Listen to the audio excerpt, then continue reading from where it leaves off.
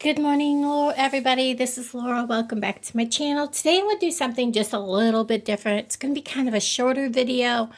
I wanted to talk about some stones that when I had, it would have been my third stroke. I went through a lot of recovery because I came out of the hospital. They told me that they didn't expect me to be able to not be in a wheelchair for at least 6 months. I was stubborn. I remember my grandmother always telling me, never lay there. Get up, move, do anything you can, even if you have to pick your arm up or your legs up and move it with your other, whatever you need to do. Don't lay there and be stagnant. So that's what I did. Because I was life flighted that time. And it was scary because I could not move my right arm, my fingers, nothing. And I could not move my right leg. 6 days later, I came out of there because they weren't helping me. They put me in an end room and they pretty much forgot I was there. It was like, she's just on Medicaid. We're just going to ignore her. I literally picked up my arm. I kept moving every single finger. I mean, constantly all day long. I would pick up my right leg with my left leg and kept moving it because your brain would forget those things are there if you don't move them. And the occupational therapist and the physical therapist would come in and they would talk to me and I show them what I was doing. They said, just keep doing it because I had to wait for approval from Medicaid to see them. So part of my physical therapy, once I got home, was Alan would take me places because I was living with him. And we would go to like rivers and places like that. And walking in the river, just sitting in the river, because, the water helped you be a little more weight-free. And I could move more and things like that. Plus, just being there in the water was comforting. And I loved the rocks. We would just pick up handfuls of rocks and find some really pretty rocks. And I started making jewelry. That's when I started making jewelry. And I found some pretty amazing stones and things that I thought was beautiful. And it kind of kicked me off on making jewelry. So this piece right here was very unique. It was in a handful of stones. As you can see, there's this piece that sticks up. There's many different colors. I did not glue this together. This is exactly how it came out of the water. And as you can see, the back is pretty much one solid piece. Over time, it has gotten some black color on it. I don't know if it's because of this, which we're going to take this off.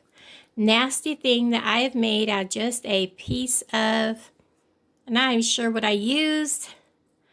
I just used whatever we could buy at the time that was inexpensive. And I was learning. You can see that wrap. I was definitely learning. Look at the copper in there. So it was probably just wire.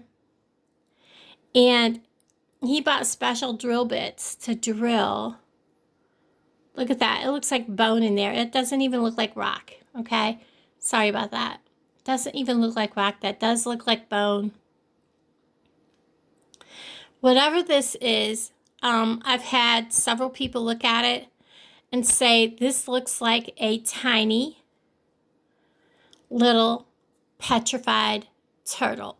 Like the inside of the turtle's shell, and it's petrified. And this is like a piece of bone or something that's in there. And I don't know.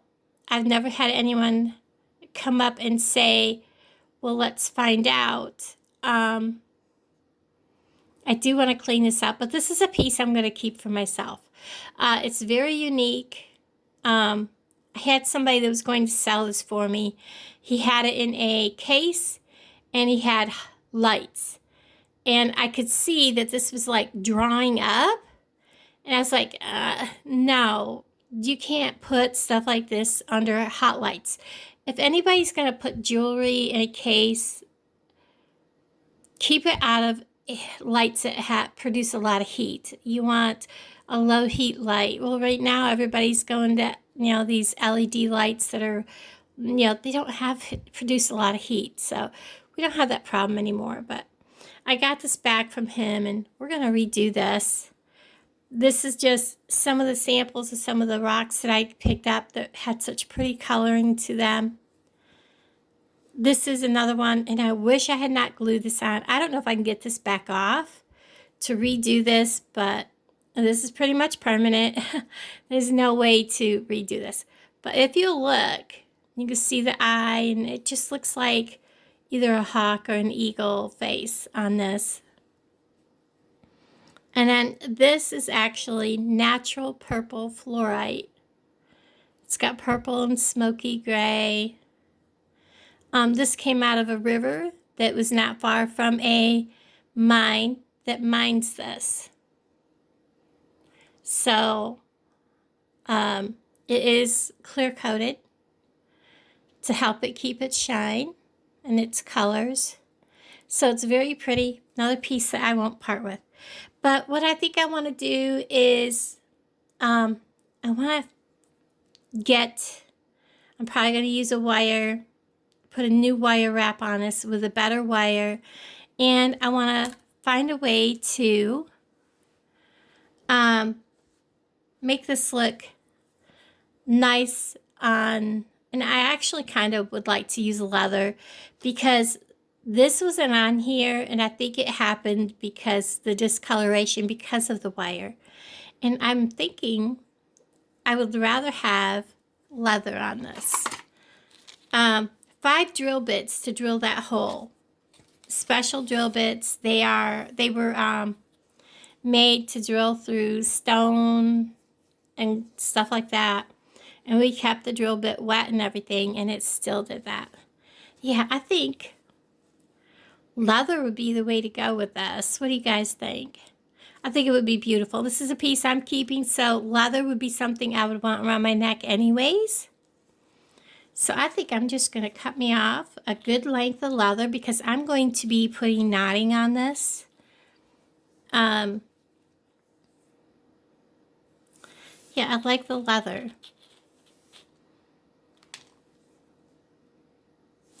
Alright, so I think that we're just going to set that aside. And I have all kinds of beads and stuff that I've bought. And for right now, it's just going to be like, this is how I plan. I get out what I'm going to work with. Like, I'm going to definitely use this. I'm definitely going to use some leather. And I may use leather and make a bail with leather with wrapped, wire wrap this to make the bail. And then I want like clusters. So I'm going to use some chain from the bail. That's kind of what I want to do. And then I want some clusters. I have these. I don't know. Maybe not. Definitely not. And this is my process on how I go about this. I go through everything I've got and I say to myself, now that would look nice. So let's keep those out. This is my whole process, guys. This is how this happens. You know what? I kind of like that as connectors. Let's keep them out. So far, we have those.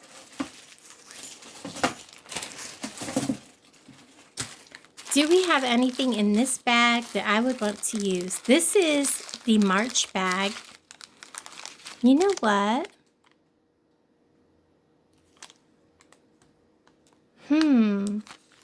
Or maybe I want to use some of these. Oh my gosh, guys. I wonder if that hole is big enough to go over that. I don't think it is, because that's 1.5 meters.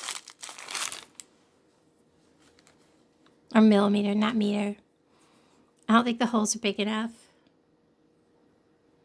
It would be amazing if it was. No, the 1 meter it would go over. But you know what? I'm going to keep them out. I kind of like that idea. I don't think those would.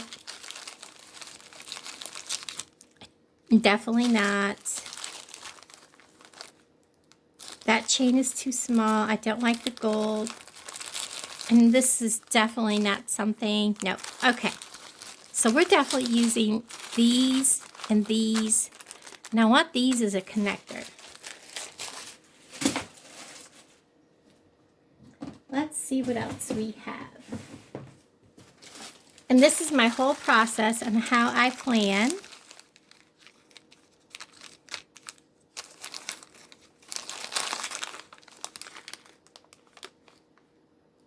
No. No.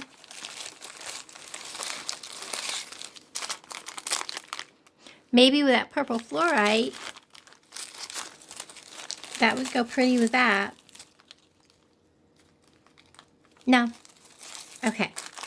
Nothing from these.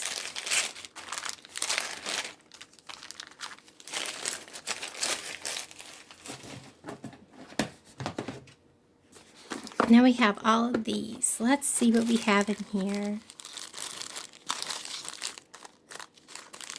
We may want these out because of these.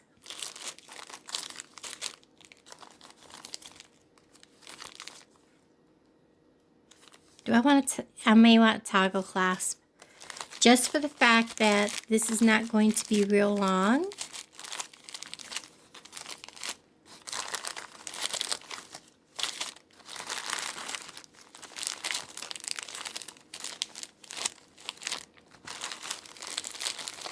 Those are so pretty.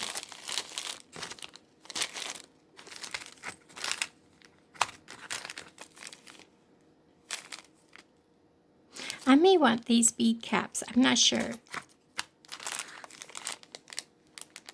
Do we want the leaves or do we want these? We'll decide. I think I want to use these.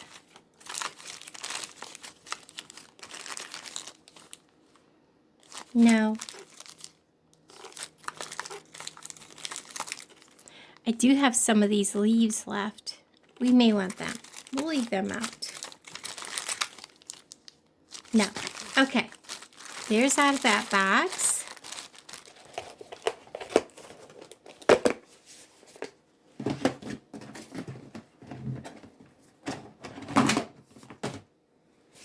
Let's see what we have in the December and January. These are all blues and silvers. Let's see. We may want these out, guys. What do you think? We may want them out.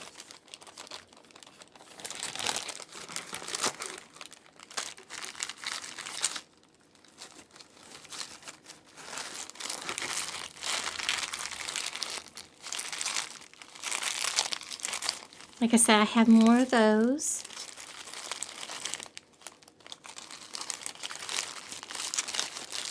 You know what? Here's some smaller bead caps. If I use silver bead caps on those black ones, we may want the smaller bead caps. Let's do that instead. Now let's look. This is the December box. This is the one that had all the reds and natural colors, the red jasper. I'm going to want these red jasper for sure. So we're going to get those out. I think we want some of these. I already have some of these out, but is that going to be enough? That should be enough. And I have only one of them. I may want this as part of the veil, so let's get that out.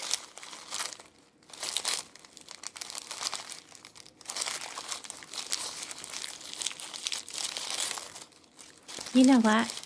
Let's go ahead and, no. We may want to use those spacers though. As you can see, this is how I kind of plan. And then we have these bigger red jasper. We're going to get those out too. All right, now, I think the other box is an empty box. So, we've gone through everything that I have laying here. So, now you guys kind of see I think I decided against these. So, we're going to put these back in here. But they're right here if I need to get them back out. Those are out for a reason. All right, so I'm not actually going to put this together, but this is how I go about what am I going to, my process. I have the idea of making connectors. Do I want to use the Celtic? Do I want to use the feathers? It depends on, where I want to go with it. Then I definitely have my red jasper, which is a great combination with that natural stone. I want to add in these beautiful black agates, and then some of these labradorite. I also have these copper tone beads, some bead caps, some spacer beads. I really like this. I don't know. We'll see. And I'm not sure which. I think I decided to go with that. We do have these big spacer beads if I decide to. And then I have these beautiful little leaves. And that is how I sit down and I go through and I'm like, what do I want to use to put with something like this? Kind of curate my project before I get started. And then I sit down and I plan out using what I've got. Now, I'm going to be going brass because I don't have brass wire. I'm probably going to be mixing metals. So I'll be using, this is a 20 gauge. So I'll be using some 20 gauge wire to wire wrap with. Or I might go a little smaller. I do have some 22 gauge and some 24 gauge in gold. So I'll probably go with 24 gauge, wire wrap with 24 gauge. So the next video will show all of this being laid out and the process of making this beautiful thing. And I am going to also use some chain because I'm making drops and links and things like that. So, where's the chain that I got from Bargain Bead Box? It is here. It's in this bag, or it should have been. This is my last order. This is my last order. Let me show you the chain that I got last month. It's rose gold. And I think this would complement these colors. Let me show you this rose gold. Absolutely. This chain is what I'll be using. Like I said, I'm mixing metals. It's going to be, I think it's going to turn out pretty. All right, guys, there you have it. That is my process on how I go about planning a piece before I even sit down to actually structure the piece that I'm going to make. Guys, thank you for hanging out with me today. Love y'all. I'll talk to all you guys down in the comments below. Bye.